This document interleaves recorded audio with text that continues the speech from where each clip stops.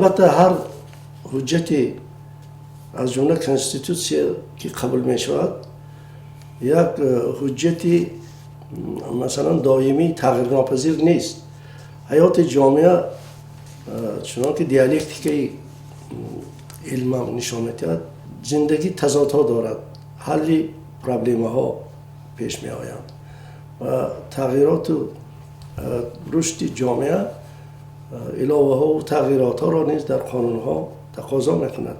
از این جهت وقتی که قانون اساسی ما یعنی کنستیتوسیا قبول شده بود، باز در جریان تحولات جامعه ما ضرورت تغییر و علاوه ها نیز پیش آمدند.